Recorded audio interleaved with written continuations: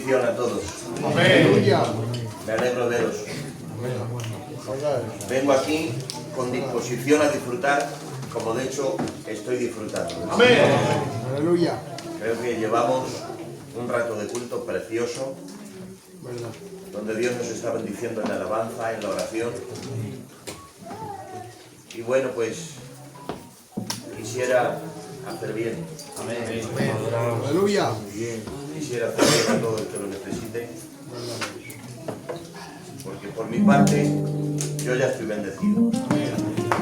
Con haber participado este ratico de comunión con Dios y haber visto a la iglesia y a su pastor, al que aprecio tanto, muy especial en mi casa y en Alcalá.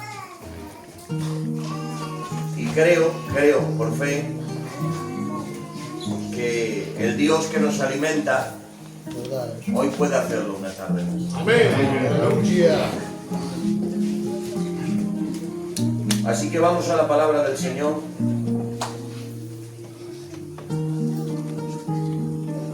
Gracias, Señor.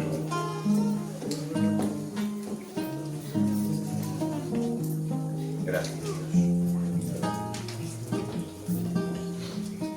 Gracias.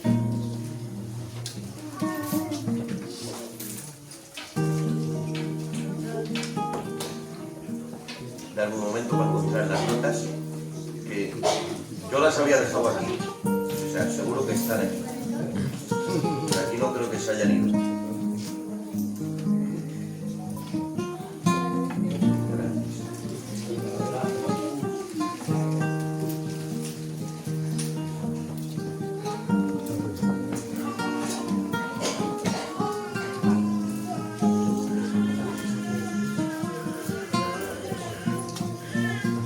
Vamos a Efesios, capítulo 3. Gracias, Dios.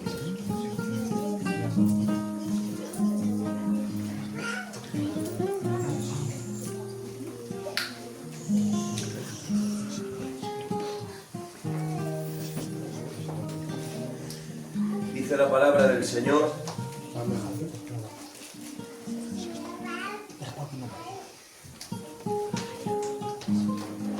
En el capítulo 3, en el versículo 8, desde el versículo 8 en adelante, Efesios 3:8 en adelante. Dice la palabra del Señor: a mí, que soy el más pequeño de todos los santos, me fue dada esta gracia de anunciar entre los gentiles el evangelio de las inescrutables riquezas de Cristo, y aclarar a todos cuál sea la dispensación del misterio escondido desde los siglos en Dios, que creó todas las cosas, para que la multiforme sabiduría de Dios sea ahora dada a conocer por medio de la Iglesia a los principados y potestades en los lugares celestiales, conforme al propósito eterno que hizo en Cristo Jesús, nuestro Señor. Amén. Amén. Amén. Aleluya. Gracias a Dios por su palabra. Amén. Aleluya. Ya sabéis que en lo que tenga que ver con enseñanza de iglesia, la mayoría de la enseñanza fundamental le fue revelada al apóstol Pablo. Verdad. Y además, la mayor parte de la enseñanza sustancial acerca de lo que es la iglesia, además de que la tiene el apóstol Pablo, está en la carta a los Efesios. Verdad. Y hoy vamos a estar hablando acerca de la iglesia, en la carta a los Efesios. ¿Qué nos dice acerca de ella? En la lectura que hemos hecho, si os dais cuenta, aquí afirma el apóstol al menos 5 fundamentos acerca de la iglesia. Y el primero es que Dios preparó un propósito eterno en Cristo. Así cierra la lectura que hemos hecho. Que Dios preparó un propósito eterno Verdad. y que el epicentro de ese propósito es Cristo. Amén. Amén. El segundo fundamento es que en ese propósito y en Cristo había un misterio escondido desde los siglos. ¿Verdad? El tercero es que ese misterio le fue revelado a Pablo. ¿Verdad eso? El cuarto es que el misterio se trata de que los gentiles y judíos se unirían en un solo pueblo. Aleluya. Y el quinto fundamento de esta lectura que hemos hecho es que todo ese propósito, ¿Verdad? ese misterio y esa unión de pueblos en la iglesia tiene un claro fin y apunta a esto, para manifestar la sabiduría de Dios a su creación. Amén. Dicho esto, vamos a seguir preguntándole a la Biblia. ¿Cómo muestra Pablo a la iglesia en el 3:10? Si miramos a lo largo de la carta a los Efesios, vemos que la iglesia es presentada como un cuerpo, es presentada como una novia. En el capítulo 6 es presentada como un ejército. En el 5 es presentada como una familia. Es presentada como un edificio. Y aquí, en el capítulo 3, es presentada como un misterio. La iglesia, el misterio de Dios. Qué bien. ¿Y por qué la iglesia es un misterio? ¿Qué es un misterio? Es algo que Dios había tenido guardado en su corazón y en su agenda, sin darlo a conocer a la humanidad durante toda una era. Amén. Los patriarcas, reyes, profetas, sirvieron a Dios y miraron hacia el futuro sin ser conscientes de que habría una iglesia. ¿Por qué? Porque era un misterio. Era algo que estaba ahí escondido.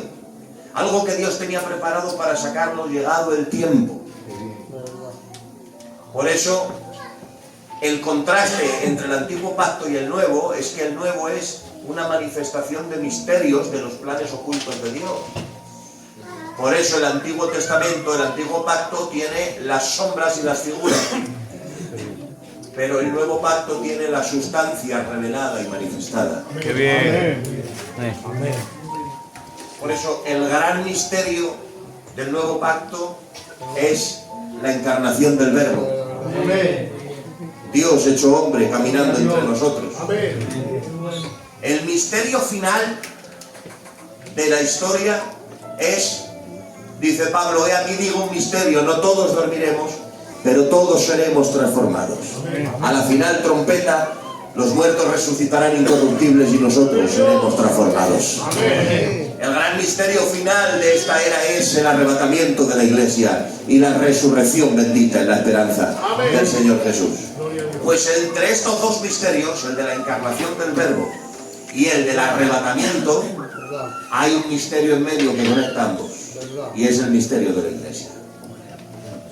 La iglesia es un misterio porque reyes, patriarcas, profetas no fueron conscientes a cabalidad de lo que Dios tenía preparado. Aun cuando algunos creyeron que lo habían visto todo, Dios tenía más. Amén. Porque Dios siempre tiene más. Amén. Dios siempre es capaz de sorprender. Amén. ¿Verdad? Y cuando llega el tiempo, el Señor dice, Pedro, sobre esta roca edificaré mi iglesia.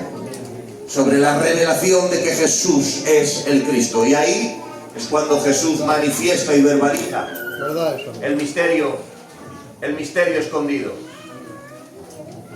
Edificaré mi iglesia.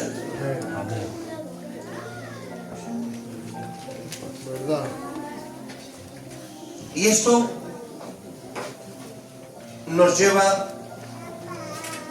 a entender algo acerca de la iglesia. Amén. Si la iglesia es un misterio escondido desde los siglos en Dios, es un desarrollo del plan divino, esto nos lleva a entender lo siguiente. y es que la iglesia siempre estuvo en la mente de Dios. Amén. Amén. Claro. ¿Y a dónde queremos llegar con esto? Y ya entramos de lleno al tema. Que la iglesia no es simplemente la sustituta de Israel. La iglesia no es la sustituta de un Israel fallido. De que Dios tenía un titular, que era Israel, y como el titular se lesionó, el Señor chifló el banquillo y salió la iglesia que es la suplente, porque eso da a entender que si Israel no falla, no habría una iglesia. Y que el plan de Dios se quedaría solamente en Israel. A veces hemos malinterpretado el texto de a los suyos vino, los suyos no le recibieron, y a los que creen en su nombre les dio potestad de ser hijos de Dios. Dando a entender que el plan era Israel, pero como Israel lo rechazó, pues Dios dijo, pues, a ver a quién encuentro ahora, ya está, gentiles, la iglesia.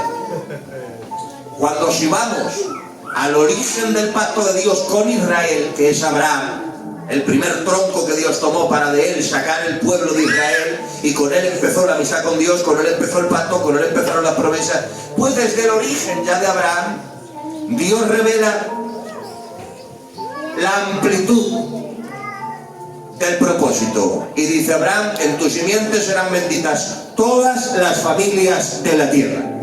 Amén. Muy bien. Muy bien. Gloria a Dios. Israel nunca tuvo el monopolio de Dios. Israel fue llamada para ser el pueblo escogido de Dios y cuna del Mesías. Para que desde un Israel saliera un Mesías, y desde ese Mesías la salvación a todo el mundo. Amén. De modo que la iglesia no es una sustitución de Israel. La iglesia está en los planes de Dios desde la eternidad. Amén. Antes que Moisés abriera el mar, antes de que Abraham sacrificara a Isaac, antes de que David matara a Goliat, más aún, antes de que hubiera noche y día, antes de que hubiera estrellas y planeta Tierra, antes de que el reloj diera su primer segundo, antes de todo, en el corazón de Dios, ya estaba la iglesia. La Amén. iglesia es un propósito divino que ha habitado con él siempre desde la eternidad.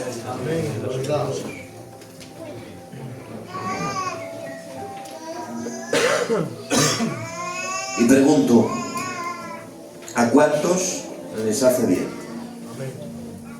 saber que desde la eternidad Dios pensó en ti?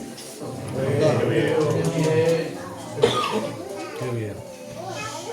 La iglesia es propósito de Dios. Amén. No es simplemente el proyecto de quien evangeliza. No es propiedad de quien la compone. Gloria. En la iglesia hay algo que trasciende totalmente a los hombres. Trasciende al que evangeliza, trasciende al que asiste, trasciende a todo. Hay algo en la iglesia que viene única y exclusivamente de Dios. La iglesia es proyecto divino cumplido en la tierra. Amén. Te hace bien saber que Dios pensó en ti. Amén. Desde la eternidad Dios te tuvo en sus planes. Amén. Y en segundo lugar, la iglesia aparece primero como misterio y segundo como cuerpo de Cristo. Dice el capítulo 1, y lo dio por cabeza sobre todas las cosas a la iglesia, la cual es su cuerpo, la plenitud de aquel que todo lo llena en todo.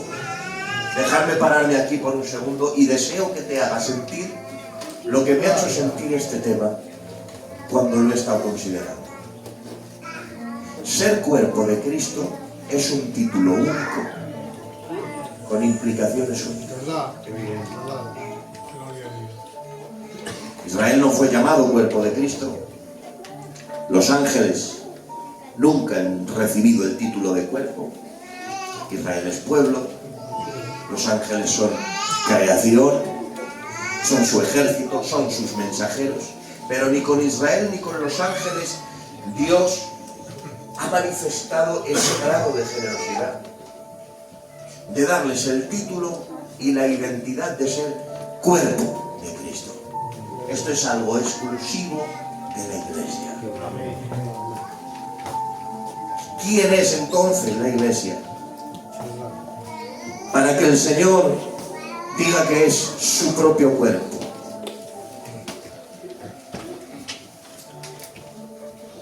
Atención, no estamos unidos a Jesús como un reloj a la muñeca. Este reloj está unido a mi muñeca mientras esté la correa abrochada. En cualquier momento me lo puedo quitar. No estamos unidos como un imán a una nevera, como un reloj a una muñeca. Estamos unidos a Cristo como un cuerpo a su cabeza. Bien. De manera que la vida de uno es la vida del otro. Sí, verdad. Atención a la oración que hace el Señor Jesús. Juan 17, 21. Después de una eternidad de unión perfecta, de conexión perfecta entre el Padre, el Hijo y el Espíritu Santo, Amén. dice Jesús: como tú, oh Padre, en mí, y yo en ti, que ellos sean uno en nosotros. Amén. Aleluya. Dios mío, Aleluya. como tú en mí, Señor, como tú en mí, Padre, dice, y yo en ti, hablando de la unión esencial, de esa unión indivisible, como tú en mí y yo en ti, que ellos sean uno en nosotros. Amén. Aleluya. ¿Qué es la iglesia? Que la Trinidad, que siempre ha estado unida en ese círculo cerrado de comunión, ha abierto el corro para que ahora el Verbo tenga cuerpo místico en la tierra. Gloria a Dios. Por eso el Verbo divino en la encarnación recibió cuerpo físico, pero en la constitución de la iglesia recibió cuerpo místico. ¿Quién es la iglesia? Que el propio Dios la toma por tan suya, Sí, Señor. Señor. que no ha dicho en su palabra que la iglesia está cerca de Jesús, sino que es parte de Jesús. Amén. Amén. Es parte de él. Atención, por esto cuando frena a Pablo en el camino, lo derriba, no le dice: ¿por qué persigues a mi iglesia? Dice: ¿por qué me persigues? ¿Cómo que te persigue, Señor? Sentado en tu trono de gloria, desde aquí, desde la tierra. Pablo no te puede perseguir, por muy fariseo que sea, por muy perseguidor que sea, y te puede decir: está persiguiendo a mi iglesia, y lo que recibe mi iglesia lo recibo yo como propio. Me está persiguiendo a mí al perseguir a mi iglesia. Amén.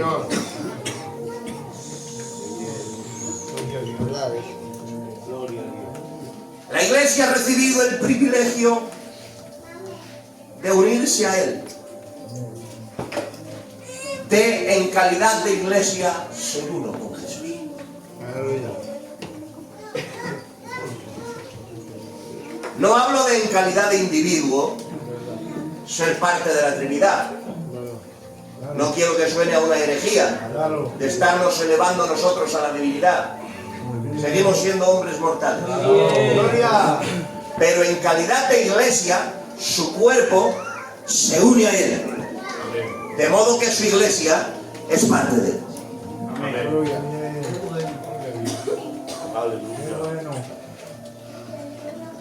¿Y esto qué significa? Significa unión con Cristo.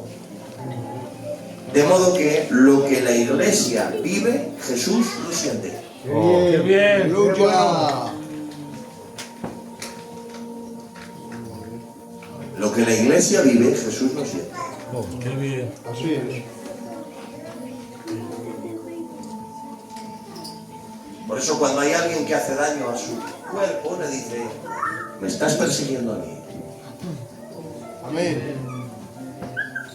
Saulo, toda la vida, estudiando la Torá, creyendo servir a Dios, Verdad. y resulta que estás luchando contra Él, haciendo daño a su iglesia. Porque el que hace daño a la iglesia no ha conocido a Dios. Muy bien. Gloria. Gloria. No se puede amar a Dios y vivir haciendo daño a la iglesia. Muy bien. ¿Verdad? Porque lo que la iglesia vive, Jesús lo siente. Qué bien. Esto tiene que ver con una unión en la que se participa, número uno, de su naturaleza. Dice el apóstol Pedro, nos ha dado preciosas y grandísimas promesas para que por medio de ellas seamos participantes de su naturaleza divina. Amén. Aleluya. Por eso nos demanda ser santos como Él es santo. Amén. Así es. Por eso nos demanda ser misericordiosos como Él es misericordioso. Dios tiene atributos incomunicables, Claro. como son la omnisciencia, la omnipresencia, la omnipotencia. Hay unos cuantos y algunos más que son incomunicables, que solo son suyos. Pero hay otros en los que como Padre ha decidido que su iglesia manifieste sus atributos. Gloria. Por eso adelanto una parte del final. Y es que la iglesia tiene que expresar a Jesús. Muy bien. Muy bien. Claro. Muy bien. Muy bien. Gloria a Dios. Implica participar de su naturaleza, ser su cuerpo. Ser su cuerpo implica participar de su dignidad. Muy bien. Ejemplo que le oí al hermano Silas hace 20 o 20 y pico años. ¿Verdad? Si ahora tomas a un ladrón que por robar ha ido preso, junto con él y su culpabilidad, la mano que robó está presa con él. Porque es la mano que ejecutó lo que en su mente y su corazón había. De modo que ese ladrón está preso y su mano ladrona con él. Pero si quitamos esa mano del ladrón y la injertamos en el brazo de un rey, desde ese momento nadie puede ir donde esa mano a reclamarle por lo que en su día robó y decirle tienes que estar en la cárcel porque perteneciste a un ladrón y robaste. Porque ella te puede decir he sido injertada en un rey y ya no me persigue la culpabilidad del ladrón, sino que participo de la dignidad del rey. He sido injertada en otro cuerpo. Nosotros no hemos sido acoplados a Cristo, hemos sido injertados en Él. Injertados.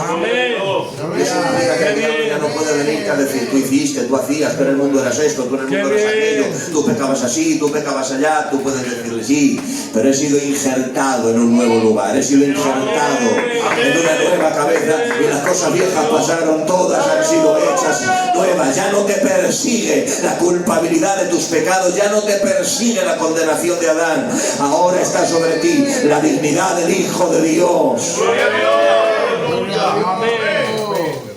Porque ser iglesia es participar de su naturaleza, es participar de su dignidad. Aleluya. Y número 3, y con esto acabo, es participar de su actividad. Esto es ser cuerpo de Cristo. Aleluya. Ser cuerpo de Cristo es participar de su actividad. ¿Qué es lo que define la actividad de la iglesia? Primero, unión con Cristo. La actividad de la iglesia tiene que estar conectada a Él. Si no, no es actividad de iglesia.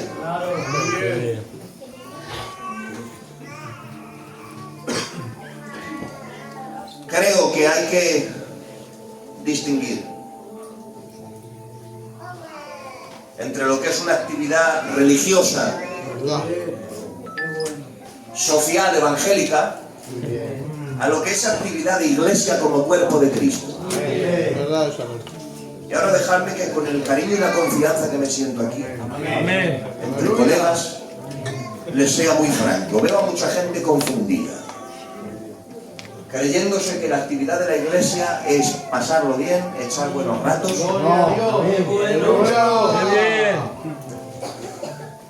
convirtiendo la iglesia en un simple círculo de amistad, Bueno. ¿Verdad eso? donde la armonía, la tan nombrada armonía, se confunde la idea bíblica de armonía y pasamos a creer, pues eso, que armonía es Sí, Señor. mucha cena y mucha foto. Qué bueno. Muy bien. Cena y foto. Sí, Señor. ¿Y qué eso es la armonía? ¿Verdad es? Bíblicamente la armonía, además de la unidad, de la amistad, que creo en ella, creo en la amistad en la casa de Dios. Obviamente no va a haber enemistad, tiene que haber amistad. Aquí va esto, aquí nos gusta esto. ¿Verdad Y aquí lo hacemos así. ¿Verdad? Y cogen un derrotero donde la identidad de la iglesia la basan en el carácter humano de los miembros, ¡Gloria! en las preferencias humanas de los miembros, Qué bueno. en el temperamento de los miembros, en lo que hemos aprendido a hacer y lo que nos gusta hacer. Y si quieres que te vaya bien, pastorcico, tienes que entrar ahí. ¡Qué bueno! Qué bien. Porque si no entras al juego, si no eres parte de lo que nos gusta, de lo que queremos hacer, ya rápidamente te ponemos la cruz. ¡Qué bueno! Aunque resucites a Lázaro, aunque abran los mares, aunque traigan la misma gloria de Dios. Si no entra por el molde, si no entra por lo que nosotros queremos que sea una iglesia y creemos que es una iglesia, pues ya no. Porque no tiene el carácter que quiero que tenga, porque no saluda de la forma que quiero que salude, porque no tiene los detalles gitanos que quiero que tenga, porque no hace esto, señores. La iglesia es algo mucho más grande. Es algo mucho más grande que eso. La actividad de iglesia no está caracterizada por el carácter o gusto de los miembros. Está determinada por la cabeza que se llama Jesucristo. ¡Aleluya! Sí, Señor. Así que la actividad de la iglesia primero nace de la comunión con la cabeza y que lo que la cabeza diga, el cuerpo lo haga. Amén. Por eso necesitamos pensar como iglesia. Una iglesia que piensa como iglesia le dará prioridad a lo que Dios quiere. A formarse en la palabra. A llenarse de la presencia de Dios en oración y en ayuno. A estar unidos con la unidad que da Dios. A crecer como creyentes. A ganar almas perdidas y evangelizar a los que no conocen a Dios. Eso es la actividad de iglesia. Qué bien. Qué bien. En calidad de cuerpo de Cristo. Aleluya. Aleluya. Créeme que mientras una iglesia viva en santidad, en unidad y comunión con Dios y ganando almas y creciendo, todo lo demás es opcional. Muy bien. ¿Verdad es? Porque todo lo demás no nos define como iglesia. Amén. Lo que nos define como iglesia es expresar a Jesús y manifestar. Así que primero, unión con la cabeza. Y segundo, la actividad de la iglesia se manifiesta por unidad Aleluya. en el seno de la iglesia. Unidad entre sus miembros. ¿Me dais unos minutos para dar eso? Amén. Unidad con la cabeza y unidad entre los miembros del cuerpo. ¿Verdad? Sigue diciendo el apóstol que en virtud de la cabeza, todo el cuerpo bien concertado y unido entre sí, por las coyunturas que se ayudan mutuamente, recibe su crecimiento. Qué bien. Aleluya. El cuerpo concertado y unido. ¿Verdad es? Predicar conmigo, por favor, repite conmigo. Concertado, Concertado y unido. y unido. Porque primero, no puede haber una actividad santa si no hay comunión con la cabeza. ¿Verdad? Y segundo, no puede haber una actividad santa si no hay unidad entre los miembros. Amén. ¿Verdad es? Unión entre los miembros que se ayudan mutuamente. No dice que compiten mutuamente, ¿Verdad? dice que se ayudan mutuamente según la actividad propia de cada miembro, entendiendo cada uno su lugar, ocupando cada uno su puesto, ejerciendo cada uno su papel.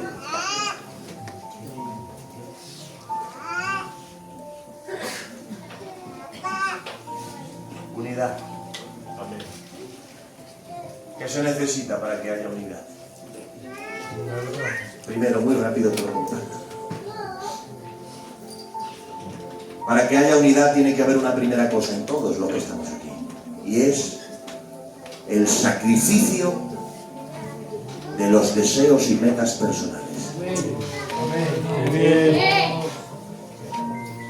Si no se matan los deseos personales, nuestras intenciones personales, creyéndome que hago bien, destruyo. Creyéndome que aporto, divido. Porque ese es el origen de la mayoría de las divisiones. Aleluya. Cuando cada uno viene de la casa con su ideal, con su proyecto y con su deseo de lo que yo quiero hacer, de cómo creo que tiene que ser la iglesia, de cómo creo que se tiene que hacer, de qué coros se tienen que cantar, de a qué volumen tiene que estar la megafonía,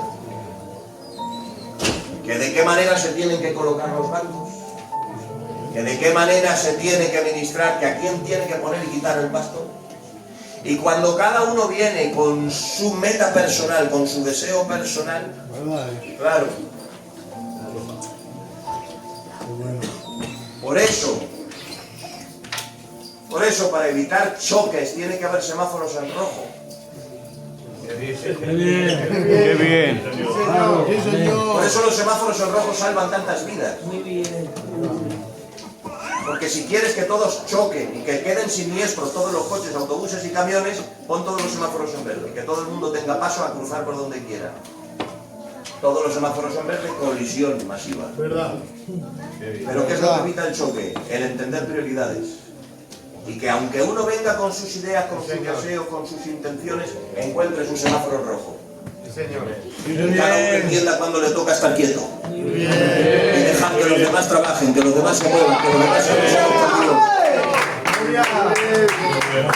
Cuando no hay semáforos en rojo, vengo a traer lo mío aquí, vengo a traer mi ideal, vengo a traer mis deseos, y que me pongan al niño aquí, que me pongan a la niña allí, y que yo quiero ser esto, y que yo quiero llegar allá.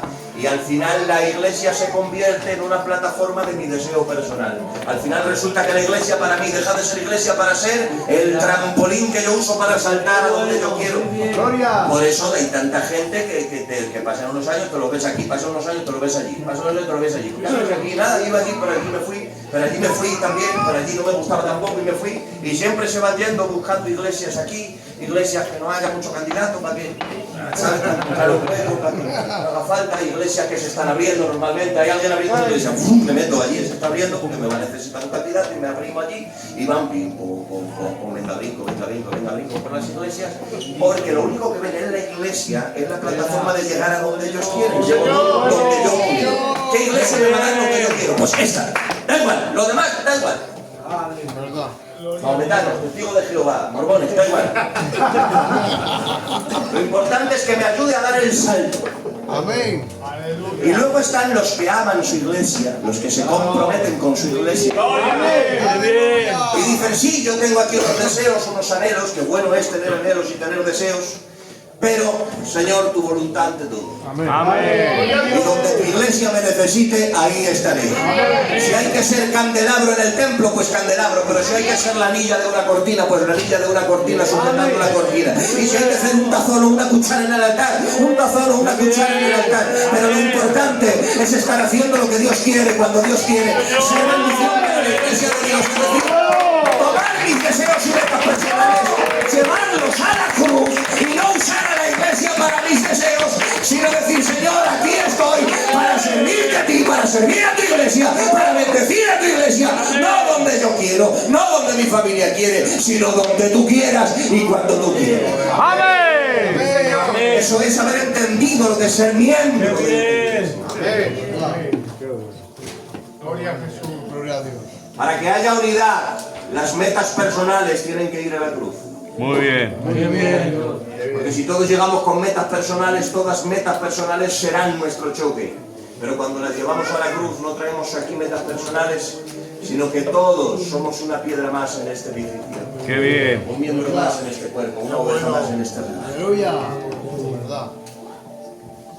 Y entonces cumplimos Efesios, se ayudan mutuamente. Sí, Señor. Y aprendo a ayudar a un hermano. Entendiendo que su crecimiento no es una amenaza para mí. Su crecimiento es bendición. Amén. ¿Verdad? Que cuando voy lleno de pretensiones, esas pretensiones van acompañadas de otra serie de sentimientos, y es que nadie crezca demasiado, porque será una amenaza. Pero cuando reina la unidad de Dios, Verdad. cuando las metas personales han ido a la luz, entramos en el efecto David-Jonatán. No. ¿Cuál es el efecto David-Jonatán? Ahí está Jonatán. Por herencia es el próximo rey. Pero mientras él está, que por linaje tiene que ser el próximo rey, ve como David hace y empieza a crecer a una cuarta por segundo. Y ve que su padre prepara la lanza y te lo quito de medio. Padre, ¿qué haces? No hagas esto, hombre, no lo mates. ¿Qué te ha hecho? Pero no lo ves, mongólico, que nos va a quitar el trono a los dos, a ti y a mí. ¿No ves cómo está creciendo? Verdad. Que nos quedamos sin trono, ni tú ni yo, te quedas sin futuro. Verdad, esa. Verdad. Y habiendo tenido esa conversación, se va Jonatán donde su amigo David y le dice: escucha, David, mi padre quiere matarte. Así que tú escucha mis contraseñas. Escucha mis contraseñas y yo te avisaré si todavía te quiere matar y si no le lo voy a convencer para que te pongas a salvo. Pero Jonatán, ¿cómo salvas la vida al que sabes que te va a quitar el puesto? Bien. Y él puede decir: pues somos amigos. Y nuestra unidad está por encima del lugar que podamos ocupar. Qué bien. En vez de decir, visto, mira, que ni siquiera se mancha en la mano, que lo mata el padre. No, mira, déjame esto. Deja que lo mate, mejor para mí, si me allana el camino. Pero en Jonatán no podía crecer eso. Porque la semilla de la amistad estaba tan arraigada y la semilla del amor estaba tan arraigada que prefería ver a David crecer. Aunque él dejara. Yo te pregunto, ¿cómo te sientes al ver crecer o destacar a tu hermano, a tu compañero?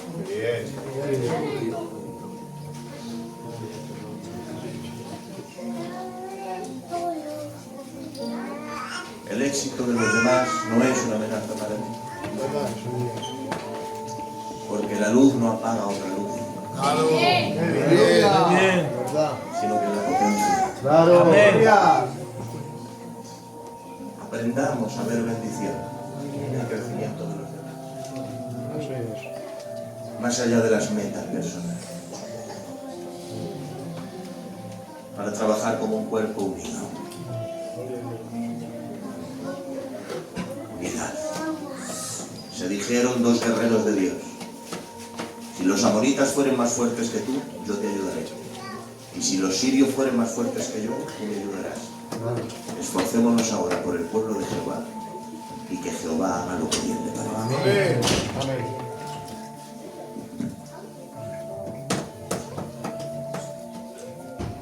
Óyeme de parte de Dios, no dejes que tus deseos te pongan en contra de nadie.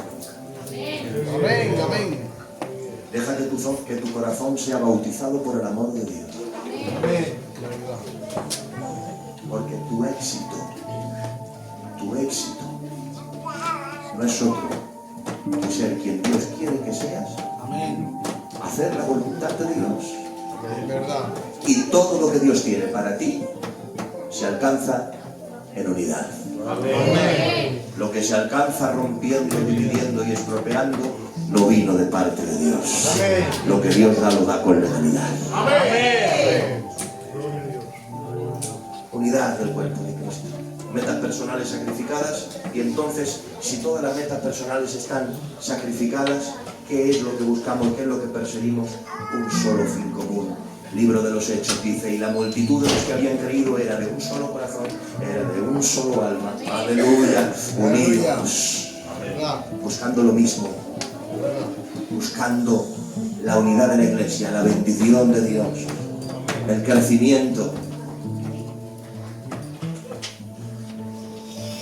De un corazón y un alma, Verdad.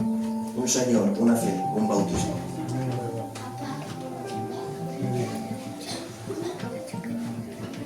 Así que, este es el último punto: unidad de la iglesia, unidad en la actividad, sacrificio de metas personales. Y dos, dominio de la lengua. Son las 9:05. Creo que llevo 38 minutos por ahí. Y con este último punto, 5 minutos me da igual. Amén. Con este acabó. Dominio de la lengua. ¿Verdad? Porque la lengua tiene el poder de dividir Qué bien. en la iglesia, en la familia, en cualquier ámbito. La lengua tiene mucho poder, tiene el poder de dividir, tiene el poder de envenenar. ¿Verdad? Ay, Padre. Había un dicho antiguo de los gitanos que decía: de tal manera me hablaste, tal corazón me pusiste. ¿Verdad? Y hoy te voy a preguntar, déjame tomarme la confianza de aquí entre nos, preguntarte, ¿qué traen tus palabras en la casa de Dios? ¿Qué traen tus palabras? Sí. Hay choques que nunca se tuvieron por qué dar, pero que estallaron porque alguien no supo guardar silencio a tiempo. Amén. Y llegó un recao que nadie le había pedido. Rubén, ¿qué te ha dicho el Espíritu de Dios? ¿Qué ganas con que el Rubén sepa? ¿Qué ganas con que el Rubén sepa lo que la Agustín ha dicho? ¿Dónde está la bendición en ello? ¿Qué pasa? ¿Vas a quedar bien tú en ello, no? Está dicho de ti, pero estaba yo y yo le he dicho. Ah, pues ya está. Ya has cogido el papel del Salvador, arrastrando una ola de crítica, embarrando la reputación de otros. Han dicho, y envenenando, tirando una semilla envenenada al corazón. Han dicho de ti, han dicho de ti, han dicho de ti. ¿Qué necesidad tiene de saber? Dice un dicho: no me digas lo que dijeron de mí, dime por qué estaban a gusto hablándolo contigo.